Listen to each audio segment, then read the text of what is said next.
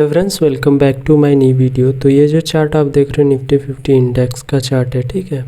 तो अभी जो मार्केट पिछले दिन ओपनिंग किया था जो, ठीक है, तो मार्केट ने गैप डाउन ओपन किया था। ये 25,000 का जो लेवल मैंने बताया था, इसके नीचे मार्केट ने ओपनिंग किया था। तो मैं पहले ही अपने वीडियो में बता दिया था कि 25,000 के नीचे अगर मार्केट ओपनिंग करता है तो वहाँ से एक स्ट्रॉन्ग सेलिंग देखने को मिल सकता है, ठीक है। तो जो हमारा फर्स्ट टारगेट होगा वो 24,900 और सेकंड 24,800। तो मार्केट ने 900 को टारगेट को भी दिया था और 800 के टारगेट को भी ठीक ठाक ही टारगेट कंप्लीट कर दिया था, ठीक है। तो अभी हम कल के लेवल्स के बारे में बात करेंगे। कल सोमवार का दिन है, तो कल मार्केट के अंदर क्या मोमेंटम हो सकता है उसके लिए बात करेंगे। कौन कौन से लेवल्स हो सकते हैं जहाँ पे हम अच्छा खासा बाइंग देख सकते हैं, ठीक है। तो अभी तक हमारे चैनल पे हम नए हो तो चैनल को सब्सक्राइब कर लेना और साथ में बेल आइकन प्रेस कर लेना ताकि हमारे आने वाले नए वीडियो की नोटिफिकेशन आपको मिलती रहे। तो सबसे पहले हम देखते हैं कि अभी अगर मार्केट कल के डेट में किस रेंज में ओपन हो सकता है, ठीक है। अगर मानते हैं मार्केट कल के डेट में 24,900 और 25,800 के 24,800, ठीक है, सॉरी 24,900 और 24,800 के बीच में अगर ओपनिंग करता है इस जोन के अंदर, ठीक। जब इस जोन के अंदर ओपनिंग करेगा, ओपनिंग करने के बाद सस्टेन करेगा, ठीक है। देखो मैं अपने हर एक वीडियो के अंदर एनालाइज की बताता हूँ कि जब भी मार्केट गैप अप ओपन करे या गैप अप ओपन करे या गैप डाउन ओपन करे या रेंज में ओपन करे, तो हमें वेट करना चाहिए कि कम से कम मार्केट सस्टेन करे, ठीक है। जब मार्केट एक जगह पे सस्टेन करता है ना, तो होता क्या है कि वहाँ पे जो बायर्स होते हैं और सेलर्स होते हैं ना, दोनों की क्वांटिटी सेम हो जाती है। जब सेम होती है तो कहीं ना कहीं या तो सेलर्स हावी होगा मार्केट के ऊपर या तो बायर्स हावी होगा। तो मार्केट में जो भी लोग हावी होते हैं वो उधर मार्केट का मोमेंटम हो जाता है, ठीक है। तो मार्केट मान लेते हैं कल के डेट में 24,900 और 24,800 के रेंज में ओपन करता है और सस्टेन करता है। सस्टेन का मतलब कम से कम 5 मिनट का कैंडल जो कम से कम 3-4-5 बनाए, मतलब 15 मिनट का कैंडल जो है कम से कम 2-3 कैंडल 15 मिनट का बनाए, सस्टेन करता है। उसके बाद अपसाइड का मोमेंटम देता है, ठीक है। तो अपसाइड का जब भी मोमेंटम देगा, जैसे 24,900 को ब्रेक करके अपसाइड मोमेंटम देगा, तो पहला टारगेट हमारा 25,000 होगा जो कि साइकोलॉजिकल लेवल है। तो ये ध्यान रखना 25,000 का टारगेट तो अचीव हो जाएगा, बट ये ध्यान रखना कि अगर 25,000 के आसपास कहीं कोई नेगेटिव कैंडल क्रिएट होता है, ठीक है, तो वहाँ पे थोड़ा सा सेलिंग देखने को मिल सकता है, हमें रिजेक्शन मिलेगा। फिर से 24,900 के आसपास कहीं ना कहीं मार्केट आने की पूरी कोशिश करेगा, ठीक है। अगर मार्केट यहाँ से ब्रेकआउट देता है, ब्रेकआउट देने के बाद ऊपर जाता है 25,000 का फर्स्ट लेवल जो है, यहाँ पे जाने के बाद कोई नेगेटिव कैंडल बनाता है, बनाने के बाद 25,000 पे कोई रिजेक्शन मिलने वाला है, ठीक है। कोई नेगेटिव कैंडल बनाएगा तो यहाँ से एक रिजेक्शन 24,900 तक आने का मिल सकता है। अगर मार्केट मानते हैं यहाँ पे सस्टेन किया है, सस्टेन 24,900 और 24,800 के बीच में सस्टेन किया है, सस्टेन करने के बाद ब्रेकआउट करता है और 25,000 के आसपास चला जाता है। 25,000 के आसपास जाने के बाद जो ये रेंज है छोटा सा, ठीक है, 25,050 का, ठीक, इस रेंज में अगर मार्केट यहाँ पे टारगेट देने के बाद यहाँ पे सस्टेन करता है, यहाँ पे सस्टेन करता है, तो हमें एक अच्छा खासा बाइंग का मोमेंटम प्लान कर सकते हैं, ठीक है। जब यहाँ पे बाइंग आने के बाद ब्रेकआउट देता है, 1 मिनट अभी मैं इसको चार्ट को क्लियर करूँ तब समझ में। देखो 24,800 का जो लेवल है और 24,900 का जो लेवल, ठीक है, मार्केट इस रेंज में ओपन करता है, तो ओपन करने के बाद सस्टेन करता है, सस्टेन करने के बाद ब्रेकआउट देता है, तो हमारा फर्स्ट टारगेट 25,000 का होगा, ठीक है। 25,000 का जब टारगेट पा जाता है मार्केट यहाँ पे, तो एक तो वो कंडीशन हो गई कि यहाँ पे कोई नेगेटिव कैंडल बनता है तो हमें रिजेक्शन मिल सकता है जो 24,900 का है, ठीक है। अगर रिजेक्शन नहीं मिलता है तो 25,050 का जो लेवल है, ठीक है, इस लेवल में मार्केट अगर इसको इस टारगेट 25,000 के टारगेट होने के बाद अगर यहाँ पे सस्टेन करता है, ठीक है, तो एक अच्छा खासा बुलिश बाइंग देखने को मिल सकता है आपको।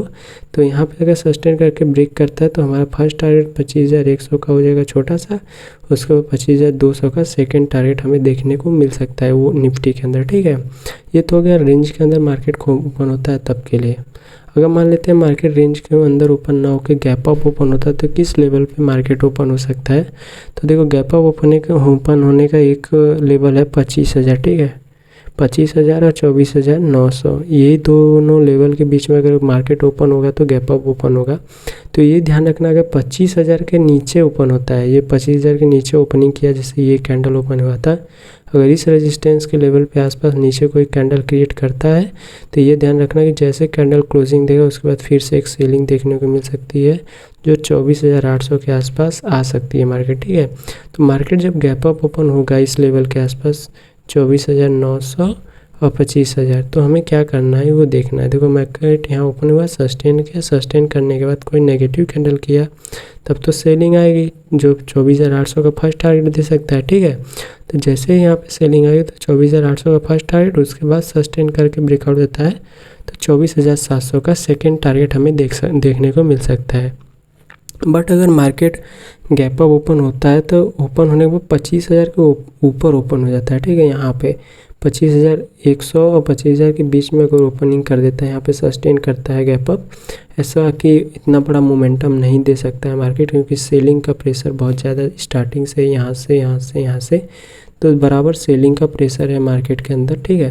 तो जब यहाँ से प्रेशर है तो थोड़ा सा ब्रेकआउट भी देगा, तो इतना लंबा गैप अप नहीं खोल सकता। हो सकता है अगर गैप अप खोले गई तो जो ये 25,000 का लेवल है इसके ऊपर अगर खोलने के बाद सस्टेन करता है तो हमें एक अच्छा बाइंग मोमेंटम देखने को मिल सकता है कि जैसे ही 25,100 को ब्रेक करेगा तो सेकेंड टारगेट 25,200 का हमें देखने को मिल सकता है, ठीक है। ये गैप अप ओपन होता है उसके लिए। अभी बात कर लेते हैं मार्केट अगर गैप डाउन ओपन हो जाता है तो हमें क्या करना चाहिए उसके लिए। तो देखो मार्केट गैप डाउन ओपन होगा तो उसके लिए कौन कौन से लेवल हो सकते हैं। देखो गैप डाउन तो होना नहीं चाहिए, नहीं तो ऐसे काफ़ी फॉलिंग देखने को मिल सकता है हमें। तो हम मानते हैं कि 24,800 और 24,700 के बीच में अगर मार्केट कहीं ना कहीं यहाँ पे ओपनिंग करता है, ओपनिंग करने के बाद सस्टेन करता है, ठीक है। जब सस्टेन करता है, मान लेते हैं नीचे की साइड ब्रेकआउट देता है, तो पहले से ही देखो सेलर्स और ज़्यादा एक्टिव हो जाएंगे, तो मार्केट में हो सकता है कि लगभग 1% या 1.25% का करेक्शन देखने को मिल सकता है। तो हमारा जो फर्स्ट टारगेट होगा 24,600, उसके बाद 24,500 का सेकेंड टारगेट होगा। लेकिन ये ध्यान रखना कि जब ये फर्स्ट टारगेट मिलेगा उसके बाद जैसे ही सस्टेन के बाद सेकेंड टारगेट मिलेगा तो 24,500 एक साइकोलॉजिकल बाइंग एरिया है, जहाँ से हमें एक अच्छा स्ट्रॉन्ग बाइंग मिल सकते हैं यहाँ पे, ठीक है। तो यहाँ पे कोई भी पॉजिटिव कैंडल क्रिएट करता है तो यहाँ से हमें एक अच्छा मोमेंटम अप साइड के लिए देखने को मिल सकता है, ठीक है। तो ये विशेष रूप से 24,500 का जो सपोर्ट एरिया, इसको ध्यान में रखिएगा। अगर मार्केट गैप डाउन ओपन होता है, होने के बाद 700 को ब्रेक करता है तो 600 का फर्स्ट टारगेट, सेकंड 500 का भी है, बट 500 पे कोई बुलिश कैंडल बनाता है तो मार्केट बहुत तेज़ी से अपसाइड में जा सकता है, ठीक है। ये गैप डाउन में ओपन होने के बाद है। अगर मान लेते हैं गैप डाउन ओपन होने के बाद अप साइड ब्रेक करता है तो हमारा टारगेट क्या हो सकता है। देखो अप साइड ब्रेक करता है तो फर्स्ट 24,900 का होगा, जहाँ पे मार्केट का फर्स्ट कैंडल क्लोज किया था, सेकंड 25,000 जो कि हमारा साइकोलॉजिकल लेवल है, ठीक है। अगर यहाँ से सस्टेन करने के बाद ये टारगेट मिलता है यहाँ पे, और मिलने के बाद फिर ऊपर के साइड जाता है तो कोई भी रिजेक्शन कैंडल देता है तो फिर से हम नीचे के साइड आ सकते हैं, ठीक है। तो आई होप कि आपको बहुत अच्छे तरीके से निफ्टी का चार्ट कल के लिए समझ में आ गया होगा कि क्या मोमेंटम हो सकता है। तो एनी क्वेश्चन अगर आपको चाहिए कि मुझे ये चीज़ नहीं समझ में आया या और ज़्यादा डिटेलिंग चाहिए तो आप कमेंट में टाइप कर सकते हो, जो नॉलेज चाहिए, ठीक है, ट्रेडिंग से रिलेटेड। तो अब मैं उस पर एक पर्टिकुलर वीडियो बनाने की पूरी कोशिश करूँगा, ठीक है। तो मिलते हैं अपने नेक्स्ट वीडियो में, तब तक के लिए धन्यवाद।